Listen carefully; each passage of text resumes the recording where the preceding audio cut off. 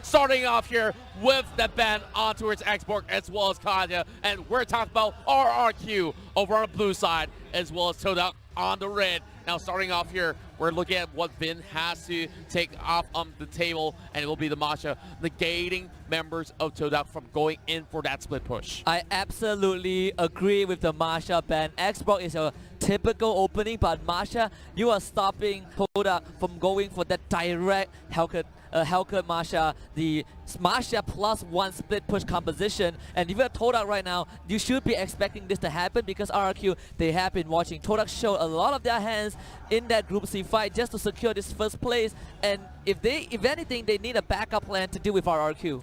That's right. And starting off right here, I really want to point out one thing that IC Baby 1-2 did mention, where RRQ, of course, did pick up Boxia a couple of times and kind of have this sort of trend being set by them towards other teams as well. Now, Brock is being removed, being one of the most solid frontliners right up there. Loving that little bit of that Simpson mask going on on its side, but my eyes are fixated on this Kufra pick because this is going to be a really vital pick for RRQ. Exactly, and I believe I also mentioned both to you, NIC Baby 1-2, during the group stage, that as the further we progress down this World Championship, the further the ban and picks for all the other teams is going to transpire. Kufra is getting led through because teams are not directly trying to counter what the enemy is trying to do. And you can look at Todak right now, instantly the Hellcat and the Archive locked in for them. Hellcat was one of the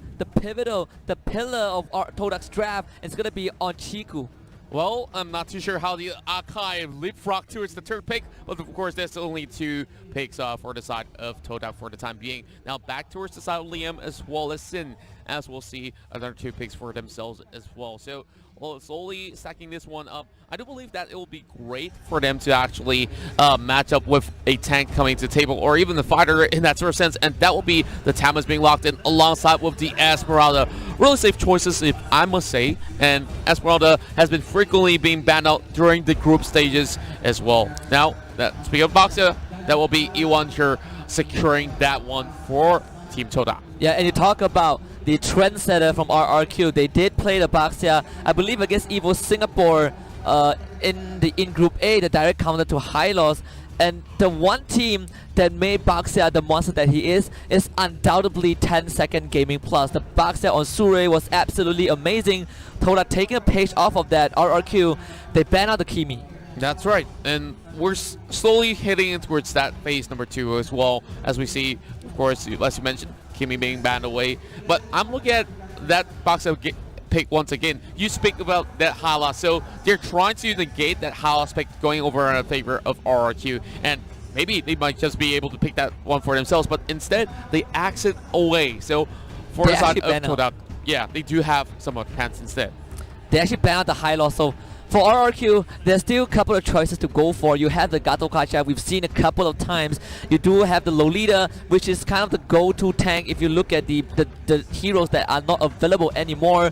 But Evo's Legends, they showed us 2 games of Minotaur as well. Maybe RRQ, reigning from the same region, might pick up that Minotaur just to deal with what Todak has to offer. But Todak, they will have the first pick advantage in the second draft, and guess what? Dyrov will make an appearance on the grand stage. Wow, Dyrov heading in towards this pick here. I thought that they would actually go in for perhaps a mage, because we see a lot of all those sort of the huge tanks already in the front lines, and now of course that's going to be something that's pretty well bursty. And speaking of burst here, Val is going to be brought in alongside with the carry as well, and hopefully by the time that carry skills in towards the late game, then we will see him shredding off that Boxia. But Tanger as the very final pick to complete this whole entirety of the roster for both sides. We're also noting the fact that Lemon will be subbing in from Tutura's place. Exactly, and you cannot pry Todak away from that split push. They still want the 1-3-1. You take away Masha, fine. We give ourselves the Hellcat. We pick out this Dyrov. There is no way you can completely stop Todak from picking the composition that fits into the split push playstyle. But one thing RRQ can do is to match the macro game. Todak display an extremely precise macro management, and RRQ, they will need to kind of find a way to crack the code.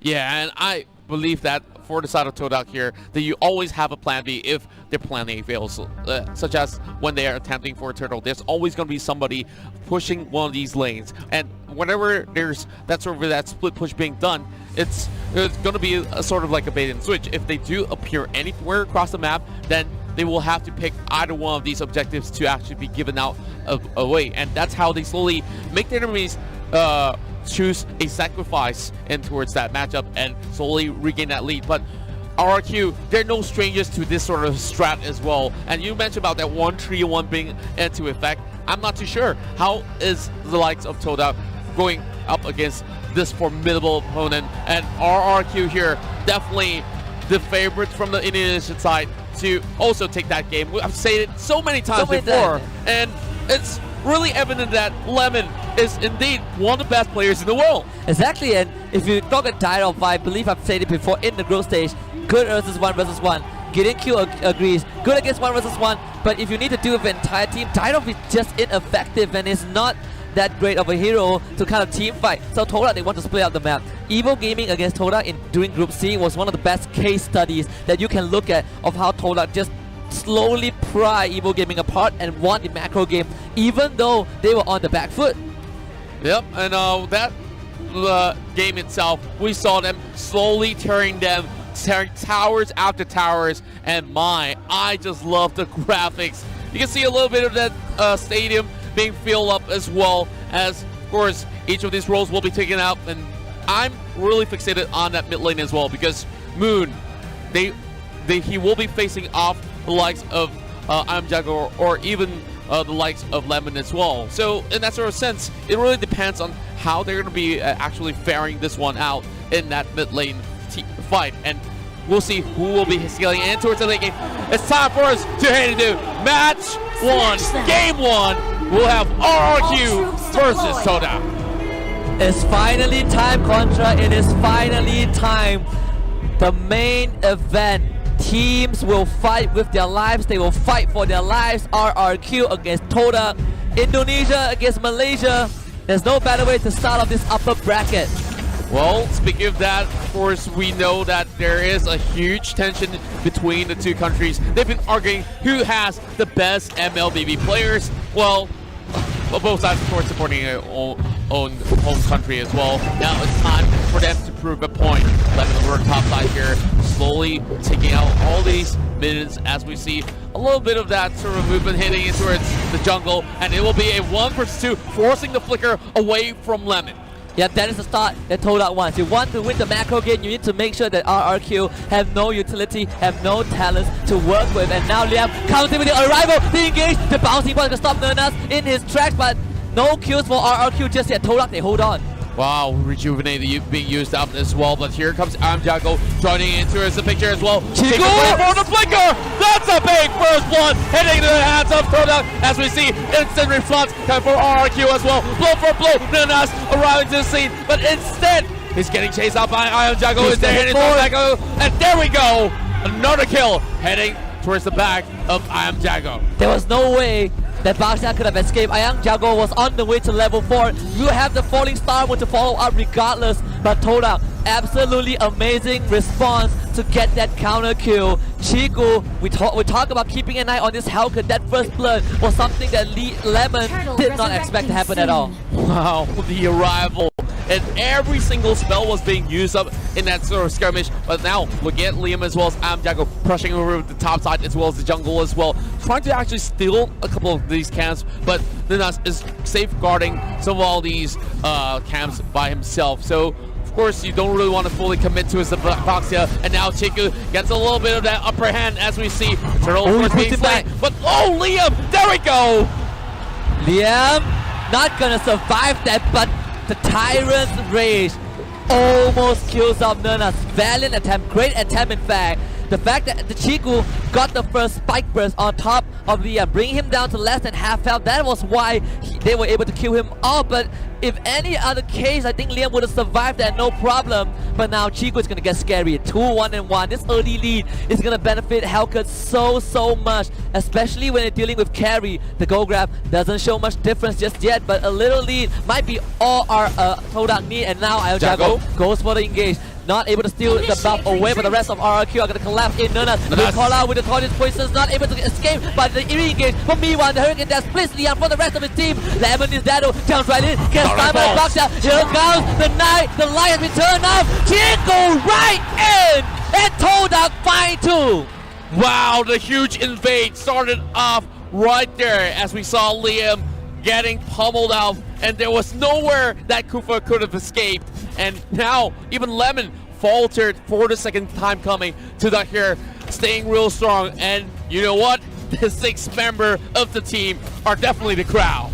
Yeah, and the crowd is going absolutely wild, and for a very obvious reason, Hurricane Dance for E1. Liam again isolated from his team. They do lose the Dyro, but to what avail? Here comes back up from Lemon, but Chico with the spike. Jago is going with the ultimate, the falling star moon not connecting onto Chico. He gets out, but Jago can he get anything in return? Moon zoning out this Esmeralda. Todak they get out. Liam here trying to re-engage as well. Here comes the knockout over onto Chico. They will take down the Halkert and shut him up. Now I'm Jago re-engaging and stealing some camps away. They're trying to push it all the way through and hoping for a dive. Well, Sin has managed to secure one turret for the side of RRQ. Look at S-Ray though. He's going to be diving all the way to the back, and this zero is causing a lot of mayhem. The setup for the 1-3-1 Nurnas though, not in a good spot. Vasya tanky, but might not be tanky enough. We're trying to walk it up, but Kufra with the time to defend, he actually gets out! Nurnas will survive that 4-man gang, but Turtle goes over to RRQ. Filthy escape as we see Nurnas slowly backing away, and everyone thought that he would be able to actually fall right there, but he was pretty calm. He calculated every single dot of damage in that sort of sense. Now, look at the itemization. Everyone's still trying to work their way up towards their core items up. And of course, that's going to be the first item coming out for the side of Carrie. And she's aiming for that Demon Hunter sword much later on. But look at Todak here. 3-man in the mid lane. Same goes to RRQ. They're kind of having a same sort of strat heading into this battle. That's why we keep seeing them lock horns time after time, and Amjago now tries to go in for some chase. There's a bait from Nurnas, but Amjago not going to go for it. RRQ, they are looking at the map right now and can see that they are Todak going for the 1-3-1, but solo kill from Sin onto that Dyro. Now RRQ, they're looking for the opening. Nurnas does get away with the ultimate, the disengage, but RRQ, they should have some confidence because of that solo kill, the 1-3-1. Todak's specialty being exposed to a loophole. Well, speaking of all these loopholes, definitely there's going to be a little leakage over the top side here. Flicker coming out from Chiku after the Dark Knight falls, so he will have a little bit of that sweet escape, but that will mean that the turret will be opened up, and there's a lot more space being created by RRQ. RRQ, they're coming into the middle lane, and for the Bastia, for Nurnas, not as active as Surace's Baxia from 10S Gaming Plus. RRQ, if you're dealing with this Kufra, you have to remember there is constantly the element of surprise. That was how the re-engage 2 minutes ago caught Todak off guard. The gold grab still in RRQ's direction. They're gonna push X-Ray back and then finish off the Dyro, killing spree for Lemon. And you were just talking about catching somebody off guard right there, and they just showed you how they do it. X-Ray now on the back foot, 0 and 2, and now a little bit of a tickle over the side of Moon as well. There might just be some engages heading in towards the side of Liam, but that's not going to be all too great for the side of Todak to actually go in hastily. Now, Turtle's definitely spawning towards the lower side, which means that there's going to be some tussle in that jungle. They're going to kill him up immediately. No way out. Mega kill for Lemon. They will try to zone out Nurnas. RRQ going for this Turtle. The one way to beat the speed push composition is to get those turrets early on, is to force them to team fight with a man disadvantage. And RRQ, they are doing everything right. Now, sieging on the middle lane, but guess what? They found Moon, and they send Chang'e back to the Moon indeed. Chico trying to run away with the Darkness Falls, and he will be able to get out, but I am Jago is waiting.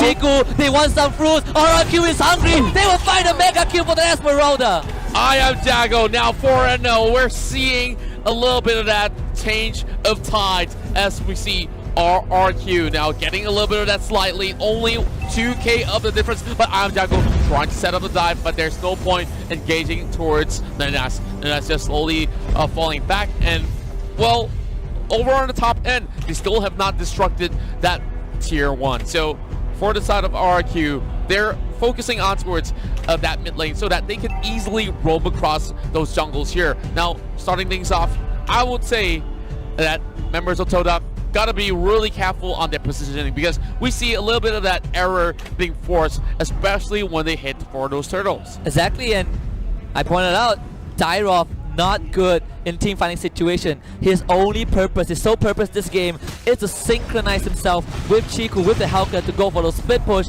But because our RQ took down all the outer tier turrets in the middle lane, Todak has less space to work with. Lemon being knocked back into the wall by the Hurricane Dance. 3 members on top of this downwards, but Lemon just gonna walk it off.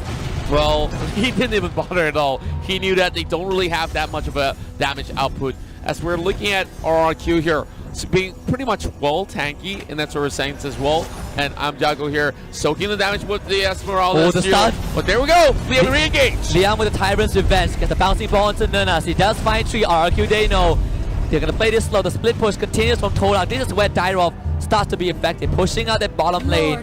You peel RQ away from the rest of the team, you might win, but Moon, the flicker comes up, but Sin is not going to let him get away. They slay the Chang'e once again. They were all 2 split up, and now they're also having a rival towards the bottom side, which means that the split push is rendered useless. And then that's now getting chunked out by Jago. There's no escaping from this, but he's just buying enough time. And meanwhile, there's still something happening over mid lane. Yeah, and the arrival also another factor. If you look at this replay brought to you by Ryu Mobile, there was nothing that that Todak can do. They do get the kill onto a member of RQ, but to what avail? The arrival stops the split push. As long as you are able to match Todak in terms of their map presence, you have no problem stopping that from happening. And X-Ray, he cannot fight. He's not ready to fight anytime just yet. Less than 10 minutes. RRQ size on the Lord. The Lord's gonna go over to the Indonesian squad. Certainly agree with that, and with this sort of Lord takedown here, RRQ is set to close out the game. But Lord number 1, not really all too effective if you really want to commit all 5 members to actually defend the base. It's still relatively possible for Todak to actually hold on for dear life. But now with that sort of goal extension, about 8k in total, I'm not too sure. Todak needs to find a way to actually come back. And first of all, they really need to focus onto at least a single target in that sort of sense. Yes, they do have some tanky units, but X-Ray, like you said, is not ready to actually head into skirmish. He can only do 1v1s. In that sort of scenario, then are they even supposed to split right now? Because every one of these members of RRQ are slowly finding a way to break open the base. RRQ will knock on Todak's door, and Todak's gonna go with engage E1 with the Hurricane Dance, but they immediately send him back to Fountain. 1 down for Todak, and there's 1 inhibitor for RRQ. The Lord has been slain. Nurnas will throw his poison, try to defend, and Lemon gonna push right and beat the front line. RRQ being really patient. Nurnas now caught out, and they will make Pineapple Punch from him, and the engage from RRQ will slay X-Ray for the 3rd time in this game. And Indonesia are looking for that first crystal. They will take this opening match. Chico tries to save the game. You kill off Lemon, but gets pushed back by the Valiant. Jago on the monster kill streak. They don't have the minimum just yet, but it's pushing in. Toda, they need to defend. 2 versus 4. Can they do it? E1 clearing out the minute as much as he can. Moon is right in the back. E1 gonna give his life for this, but RRQ size on next, size on crystal. They will take game 1. Decisive game 1, ending off just about 10 minutes past that. And wow, what a high tempo game that we're seeing from both ends as we see Todak, of course, starting things off over the top side. And we're also seeing RRQ responding instantaneously. I just love how they actually start things off, especially with the arrival hitting into the scene, and they manage to go on a stalemate for at least a couple of minutes, heading in towards 6-minute mark. That's where they start to actually break the silence, and RRQ, that's where they open up the mid lane and crash right in right after securing the Lord. Yeah, and if you take both mid lane out the turrets, it is so easy to transition into the jungle, so easy to transition to the side lanes, and that is what RRQ did. First thing they did, right, took the priority of the middle lane, had the arrival to match with the solo laners from the side of Todak, and at the end of the day, Todak, that is the concern that I mentioned. They've shown so many of their cards. They played the macro game, and RRQ, perfect answer. And now it's time for us to show you guys a little bit of statistics of our very first game of the series. Of course, the highest goal per minute will be in the hands of Carry Hero with about 949 in total each minute. And of course, being one of the MVPs here will be a lot of damage done by the Valor. Now, I really do love how this was actually being played. As we see, high priority towards taking those turrets down, especially over each one of all these tier 1s, except for the top though. They take it a little bit slowly. They just focus on the mid lane as well as the bottom, and a lot of all these turtles has been slain away by the side of RRQ as well. And the one thing I don't like about the Dyrov pick, the reason Dyrov isn't a priority even when you want to go for the split push, was if you look, I believe the 3 to 5 minute mark in that first game, RRQ left Sin on that carry to deal with this Dyrov alone, and Dyrov was ineffective. That's how inefficient this hero is. Even if you want to fit him into the split push meta, carry had no problem. He had a free lane. Sin was farming the entire game up to the point where RQ decided to pull the trigger in that middle lane. I do agree that they might just be looking to switch out that Dyrov for a better fighter in that sort of sense. Like, even though Leo Moore would do a little bit better in that sort of sense, heading in towards a mid as well as late game phase. So Todak here definitely needs to go back to the drawing board and figure things out, because right now they're on that back foot here with that 1 point deficit. They are trying to even things out and perhaps push it back into its game number 3. But RRQ, they're not even flexing their muscles as of yet, because I was saying about how they really flex things out. And the way that they actually built this sort of composition was really great. Starting off, they didn't really reveal all too much of what's in store for the enemies, and they slowly stacked upon that Esmeralda pick, which Todak completely forgot, and they did not even bat in the way. The MVP of the match, undoubtedly, is Sin on the carry, almost full slotted 6-0-3. And you can look at him and be like, RRQ, this is the man of the hour, at least the man of this series. If you leave Sin unchecked, he will check you out, and that was the first strike in this best of 3. Well, we're just starting off with our very first game, so by the time the series is over, I wonder who else will be able to challenge him to take the MVP of the match. Yeah.